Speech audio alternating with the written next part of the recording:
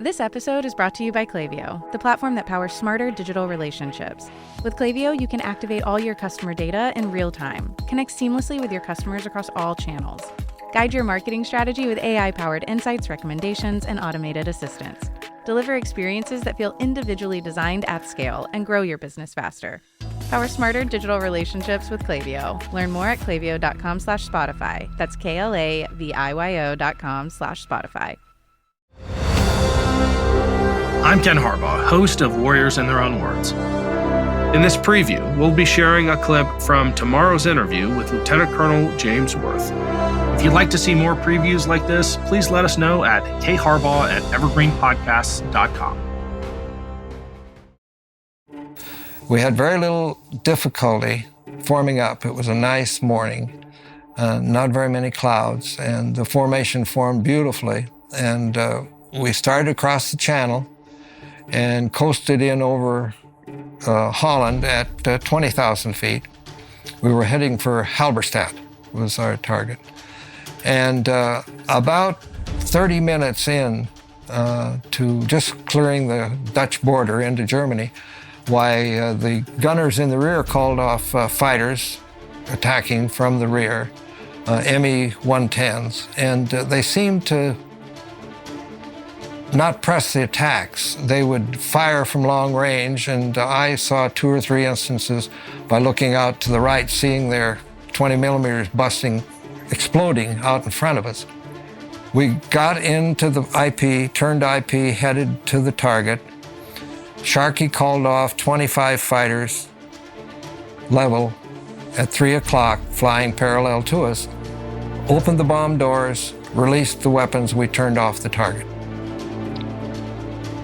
Turned west, still at 20,000 feet. And then I noticed that the lead aircraft in the squadron, his bomb bay doors weren't completely closed. So that our squadron started drifting slowly back from the group. All at once, I heard the pilot call fighters 12 o'clock high coming in. I had my turret pointed at 12 o'clock high. Before I even got the sight on a fighter, I squeezed the trigger, and I saw an airplane, and I started tracking him and firing him, and this other one flew in to my cone of fire and exploded. It appeared to me when I first started hitting him that he released a whole bunch of water. A spray of water came off the airplane. Then it just swelled up. The airplane kind of swelled up, rolled over on its back, and then I noticed that the hole underneath the airplane was burning, and it went under the thing and apparently exploded behind us. But it exploded out in front of us too, because we flew into its debris. Within 30 seconds of then, we called off another group of fighters coming through, and before I could swing my guns around onto it, my turret went dead. And I heard number 3 engine started screaming noise, just a horrible noise coming out of number 3 engine, and then it exploded. And I looked out before it exploded, and all the cowling was solid scarlet red from heat, fire inside, and then the propeller came off. And just about the time the propeller came off, I felt this impact, and I thought I'd been hit in the stomach. I knew it was hit, but I thought I was hit in the stomach. And then I thought, oh, I'm blind in this eye, because this flap of skin had fallen down over my left eye. And I reached out, grabbed my leg, and put it back in place. It wasn't separated, his bone was broken, so I put it back in place. And then that airplane went into a dive. He dived it to put out the fire, which was burning.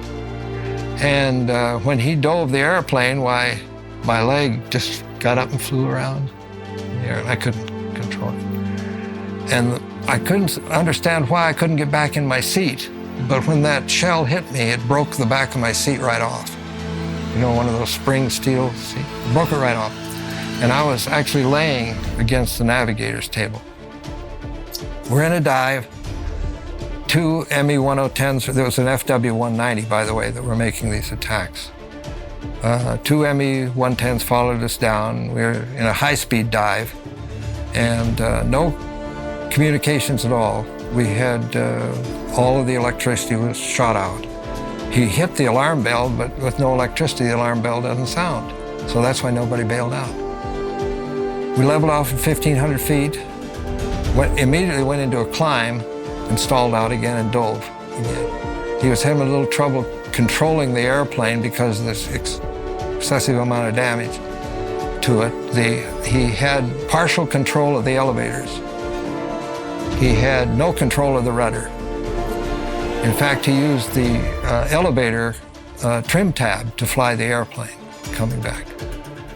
We got stabilized at 1,500 feet, and the two ME-110s followed us for a while, but they didn't make serious attempts to attack, mostly because we were going home, we were badly damaged, and the waist gunners were still firing whenever they'd come close. And maybe they could be trainees. You never know. In any event, I started hurting. And Sharkey, the navigator, got 2 morphine syrettes. They were frozen solid, so I put them in his mouth. Cut some cables to the Bombay door controls and put a tourniquet on my leg. He lifted the flap in my eye, and he said, "Your eye's still there." And then I could see all it had done, it just cut the skin here, and it had fallen down over my eye. This tooth was loose from the piece of shrapnel that had hit my lip and bent this tooth back, and so I pushed it back into position. My tongue almost fainted from the pain of it. And that bothered me all the way back. For some reason, that tooth loose. I said, boy, I'd sure hate to lose a tooth. That was Lieutenant Colonel James Wirth. Make sure to catch our full interview with Wirth when it releases tomorrow.